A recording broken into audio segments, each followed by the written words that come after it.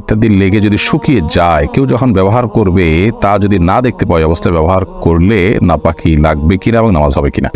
High commode ব্যবহার করার ক্ষেত্রে কমোডের উপরে নাপাকি যেমন পেশাব ইত্যাদি লেগে যদি শুকিয়ে যায়, কেউ যখন ব্যবহার করবে তা যদি না দেখতে পাওয়া অবস্থায় ব্যবহার করলে নাপাকি লাগবে কিনা এবং নামাজ হবে কিনা। ফজরের নামাজ কাজা হলে কখন পড়তে হবে? মাঝে মাঝে সালাতে সূরা ফাতিহা পাঠ করার পর প্রথম ও দ্বিতীয় উভয় রাকাতেই একই সূরা পাঠ করে ফেলি, পরে বুঝতে পারি যে একই সূরা পাঠ করেছে, আমাদের অবস্থা করণীয় কি? আমার হাজবেন্ড মারা গেছেন, তার উপর 5 লাখ টাকা ঋণ ছিল, কিন্তু পাওনাদারকে আমি চিনি না, তাকে অনুসন্ধানের পরও পাইনি, এখন আমার করণীয় কি? আমি আমার কানে চাপ দেয়া কানের দুল পরি, এক্ষেত্রে অজু করার সময় কি তা খুলে অজু করতে হবে? মেয়েরা কি লোহার, তামার ও সিটি গোল্ডের গহনা পড়তে পারে? আমি 5 ওয়াক্ত নামাজ পড়ার চেষ্টা করি, কিন্তু মাঝে মধ্যে নামাজের মধ্যে আমার মনোযোগ থাকে না, কি করলে পুরোপুরি মনোযোগ থাকবে দয়া করে জানাবেন। চলুন আমরা তাহলে আপনাদের করা প্রশ্নগুলোর উত্তরে প্রবেশ করতে চাই। আমার হাজবেন্ড মারা গেছেন, তার উপর 5 লাখ টাকা ঋণ ছিল, কিন্তু পাওনাদারকে আমি চিনি না, তাকে অনুসন্ধানের পরও পাইনি, এখন আমার করণীয় কি? পাওয়ার যদি ন্যূনতম সম্ভাবনা না থাকে তাহলে সেক্ষেত্রে আপনি তার পক্ষ থেকে এই টাকাটা গরিব দুঃখীদেরকে দান করে দিবেন,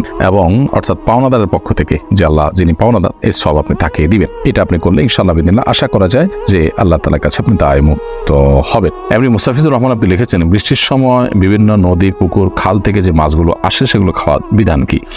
সাধারণত এই মাছগুলো যেহেতু ভেসে যায় এবং এগুলো কারো নিয়ন্ত্রণে থাকে না, অতএব এগুলো জেনারেলি খাওয়া হালাল। তবে যদি আশেপাশের পুকুর থেকে আসে, জানা যায় যে এই পুকুরের মাছ তারা পুকুরে মাছ ফেলেছেন এবং তাদেরকে ফেরত দেওয়ার স্কোপ থাকে, তাহলে সেক্ষেত্রে সেটা ফেরত দেওয়া উচিত এবং সেটা ভোগ করা উচিত নয়। আলী হাসান লিখেছেন, আমি 5 ওয়াক্ত নামাজ পড়ার চেষ্টা করি, কিন্তু মাঝে মধ্যে নামাজের মধ্যে আমার মনোযোগ থাকে না, কি করলে পুরোপুরি মনোযোগ থাকবে দয়া করে জানাবেন। ভাই আলী হাসান, নামাজে মনোযোগ সৃষ্টি করবার জন্য প্রথমত নামাজ আমরা যা বলছি সেগুলোকে বোঝার চেষ্টা করব, অর্থগুলো জানার চেষ্টা করব, সূরা কিরাতগুলো, দোয়াগুলো, এটা আমাদের মনোযোগ সৃষ্টিতে সাহায্য করবে ইনশাআল্লাহ।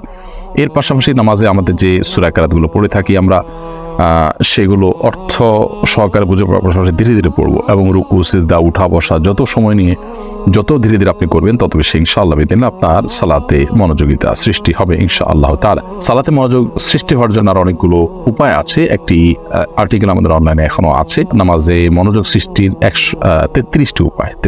এটি শেখ বিন বাজ রাহমাহুল্লাহ, সৌদি আরবের সাবেক গ্র্যান্ড মুফতি, তার একটা লেখার অনুবাদ আমি করেছি, সেটি আছে সোশ্যাল মিডিয়ায়, দেখে নিতে পারেন। টিএইচ তারেক আপনি লিখেছেন, আমি অনেক চেষ্টা করেও মাস্টারবেশন থেকে বের হতে পারছি না, পরামর্শ দিয়ে বাড়িতে করবেন। আল্লাহ তাআলা আপনাকে সাহায্য করুন এই হারাম কাজ থেকে বেরিয়ে আসার। এটার জন্য নির্জনতাকে আপনি অ্যাভয়েড করবেন এবং যথাসম্ভব তাড়াতাড়ি বিবাহ করবেন। বিবাহের পর স্ত্রী থেকে খুব বেশি দিন বাইরে থাকবেন না, এবং যে সমস্ত ভিডিও, যে সমস্ত ছবি, যে সমস্ত লেখা যখন আপনাকে এই হারাম কাজ করতে বাধ্য করে বা সে পথে নিয়ে যায়, সেগুলোর পথ বন্ধ করে দিবেন। এটি হলো সবচেয়ে কার্যকর উপায়।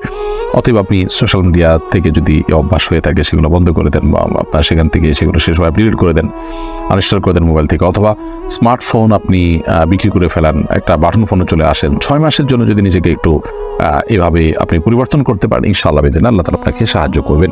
শারমিন বিথি আপনি লিখেছেন, মেয়েরা কি লোহার, তামার ও সিটি গোল্ডের গহনা পড়তে পারে? মেয়েরা স্বর্ণ এবং রূপার বা অন্যান্য যে সমস্ত পাথর ইত্যাদি আছে সে সমস্ত কিছুর গহনা ইত্যাদি পড়তে পারেন। এছাড়া তামা কিংবা লোহা এটা পড়া জায়েজ নয়। সিটি গোল্ডে পড়তে পারেন। তামা লোহার ব্যাপারে নবী করিম সাল্লাল্লাহু আলাইহি ওয়াসাল্লাম হাদিসে পরিষ্কার নিষেধাজ্ঞা রয়েছে।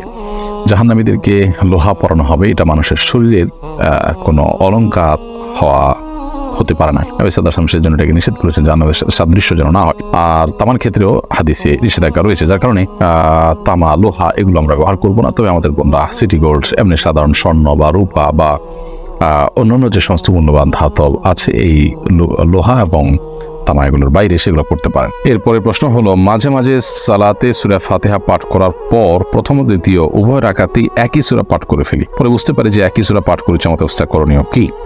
এটা অনেকেরই হয় যে আমরা সালাত আদায় করার সময়, নামাজের সময় প্রথম রাকাতে সূরা ফাতিহার পরে যে সূরা মিলিয়েছি, দ্বিতীয় রাকাতে সূরা ফাতিহার পরে একই সূরা মিলিয়েছি, তো এটাতে নামাজ হয়ে যাবে, কোনো অসুবিধা নেই, নামাজ আদায় হয়ে যাবে এবং এর কারণে আপনার কোনো গুনাহ হবে না। কারণ হলো একই সূরা আদায় করা এটা কোনো ওয়াজিব তরক হওয়ার মতো বিষয় নয়, তবে এটা অবশ্যই ইচ্ছাকৃতভাবে করা উত্তম, কারণ নবী করিম সাল্লাল্লাহু আলাইহি ওয়াসাল্লাম এটি করতেন না। তিনি প্রথম রাকাতে যে সূরা বা কেরাত পাঠ করতেন, দ্বিতীয় রাকাতে তার চেয়ে ছোট এবং ক্ষুদ্র সূরা পাঠ করতেন, অর্থাৎ ভিন্ন সূরা পাঠ করতেন। এটাই তার সুন্নাহ। বিধায় এটা ইচ্ছাকৃত করা অনুচিত হবে, করলে অনুত্তম হবে, সুন্নাহর খেলাফ হবে, আর ভুলে হয়ে গেলে নামাজ হয়ে যাবে, কোনো অসুবিধা নেই। এরপর আমাদের ইউটিউব চ্যানেল থেকে একটি প্রশ্ন আমরা নিচ্ছি, আমি আমার কানে চাপ দেয়া কানের দুল পরি, এক্ষেত্রে অজু করার সময় কি তা খুলে অজু করতে হবে? চাপ দেয়া কানের দুল পরেন আপনি, হয়তো সম্ভবত টিপ কানের দুল পরার কথা বলেছেন। বলেছেন। তো এখানে ওযু করার সময় আপনার হালকা একটু নাড়া দেওয়ার মতো ব্যবস্থা থাকলে একটু নাড়া দিবেন, বাস নিশ্চয়ই একটু নড়ার মতো ব্যবস্থা থাকবে, তাতে একটু নাড়া দিবেন, তাতেই চলবে ইনশাআল্লাহ। খুলেই প্রত্যেকবার আপনাকে ওযু করতে হবে এটা জরুরি না।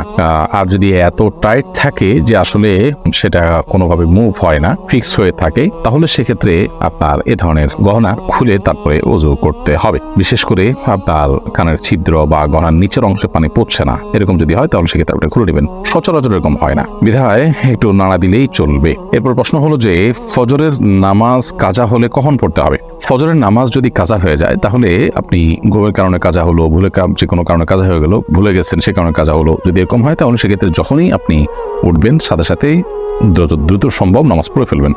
আর যদি আপনি এমন সময় উঠেন যখন সূর্য জাস্ট উদিত হচ্ছে, তাহলে অপেক্ষা করবেন সূর্য উদয় হওয়ার 20 মিনিট পর আপনি নামাজ পড়বেন। আর যদি এর পরে হয় তাহলে যে কোনো সময়, সকাল 7টা 8টা 9টা 10টা যখনই হয়, আবার ঠিক দ্বিপ্রহরের আগ পর্যন্ত যদি সময় থাকে, যখনই হয় তখন আপনি নামাজ পড়বেন।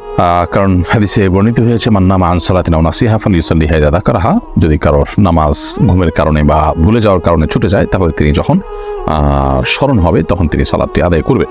এবং নবী করিম সাল্লাল্লাহু আলাইহি ওয়াসাল্লামের একবার ফজরের সালাত মিস হয়ে গিয়েছিল জামাত সহকারে, অর্থাৎ দলবদ্ধভাবে সবার। তখন নবী করিম সাল্লাল্লাহু আলাইহি ওয়াসাল্লাম সূর্যের আলোর আঁচ গায়ে লাগার পর তারা যখন সফর থেকে ফিরছিলেন, কোনো এক জায়গায় তাঁবু গেড়েছিলেন এবং তার সঙ্গে থাকা সকল সহযাত্রীরা তারা বিশ্রাম করছিলেন। সারাদিনের ক্লান্ত যুদ্ধের ময়দান থেকে ফিরেছেন, আবার এদিকে সফর করেছেন। এই ক্লান্তির কারণে ঘুম এত ভার হয়েছে যে ফজর নামাজের ওয়াক্ত পার হওয়ার পর সূর্য ওঠার পর তারা ঘুম থেকে উঠেছেন, তখন তারা আজান দিয়ে জামাতের সাথে নামাজ পড়েছেন। এই জন্য নামাজ কাজা হয়ে গেলে যখনই উঠবেন তখনই পড়ে ফেলবেন, কিন্তু এটা যেন নিয়মিত না হয়। এটা জীবনে একবার দুইবার কালে ভেতরে এটা হতে পারে। হাই কমোড ব্যবহার করার ক্ষেত্রে কমোডের উপরে নাপাকি যেমন পেশাব ইত্যাদি লেগে যদি শুকিয়ে যায়, কেউ যখন ব্যবহার করবে তা যদি না দেখতে পায় অবস্থায় ব্যবহার করলে নাপাকি লাগবে কিনা এবং নামাজ হবে কিনা। হাই কমোড ইত্যাদি ব্যবহার করার সময় যদি কমোডের উপরে যেখানে বসে সেই জায়গায় যদি পেশাব লেগে যায়, যদি শুকায় যায়, এভাবে শুকায় যায় যে আপনি ওখানে বসার পর আপনার শরীরের কোনো গন্ধ লাগে নাই বা আপনি গন্ধ অনুভব করেন নাই, তাহলে অসুবিধা নেই। আর যদি গন্ধ লাগে আপনার শরীরে, সেটার আলামত থাকে, তাহলে সেটা আপনাকে ধুইতে হবে। এই জন্য ভালো হয় এই জায়গাগুলোকে খুব ফ্রেশ করে তারপরে বসা, যদি পাবলিক প্লেস হয়, এমনকি ঘরবাড়িতেও যদি থাকে সেগুলোকে পরিচ্ছন্ন করে রাখা। আর আসলে এই যে পশ্চিমা পদ্ধতি, এটা আসলে একে তো আনহেলদি পদ্ধতি, অস্বাস্থ্যকর। পায়খানা মানুষের ক্লিয়ার হয় না, নানান রকমের রোগ এখান থেকে তৈরি হয়, সে সাথে এখানে অপরিচ্ছন্নতার ব্যাপারটাও রয়েছে। বিধায় এটা অ্যাভয়েড করতে পারলে ভালো, কিন্তু যদি কেউ করেন তাহলে সেক্ষেত্রে অবশ্যই এদিকটা খেয়াল রাখতে হবে যে নাপাকিতে থাকলে পরিষ্কার করে বসবেন। যদি শুকিয়ে যায় এবং বসার ফলে সেখানে নিজের শরীরে সেটা কোনো আলামত, দুর্গন্ধ ইত্যাদি না লেগে থাকে, তাহলে অসুবিধা নেই। মোহাম্মদ শাওন লিখেছেন, ফেসবুকে কারো ছবিতে লাইক, কমেন্ট বা লাভ রিয়েকশন দিলে কি গুনাহ হবে? এটি নির্ভর করবে ছবিটা কি ধরনের। একজন ছেলে মানুষ হয়ে একটা মেয়ে মানুষের কোনো ছবি যেটা আপনার দেখা হারাম, সেটা ছবি দেখে আপনি লাইক কমেন্ট করেছেন, লাভ রিয়েকশন দিয়েছেন, তাহলে সেক্ষেত্রে সেটা অবশ্যই হারাম হবে। আর যদি বৈধ কিছু দেখেন আর দেখে আপনি লাইক কমেন্ট করেন, সেটা হারাম।